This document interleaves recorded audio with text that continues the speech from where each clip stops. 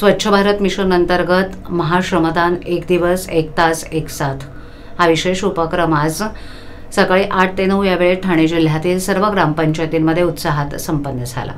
या उपक्रमात पंचायत समिती सदस्य, सरपंच, स्थानिक लोकप्रतिनिधी यांनी सक्रिय सहभाग नोंदवला। त्याचबरोबर गटविकास अधिकारी, विस्तार अधिकारी, विभाग प्रमुख, ग्रामसेवक, शिक्षक, आरोग्य कर्मचारी, अंगणवाडी सेविका यांच्यासह जिल्ह्यातील सर्व शासकीय अधिकारी कर्मचारीही मोठ्या संख्येने यात सहभागी झाले।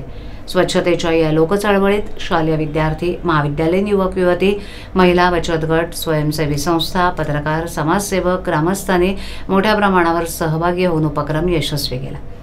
महाश्रमदानात सार्वजनिक ठिकाणं, प्रमुख रस्ते, महामार्ग, रेल्वे स्थानक, घाट, नाले, धार्मिक आणि पर्यटन स्थळं, ऐतिहासिक वास्तू, कार्यालयीन परिसर आणि बाजारपेठा या ठिकाणी व्यापक स्वच्छता उपक्रम राबवण्यात आले।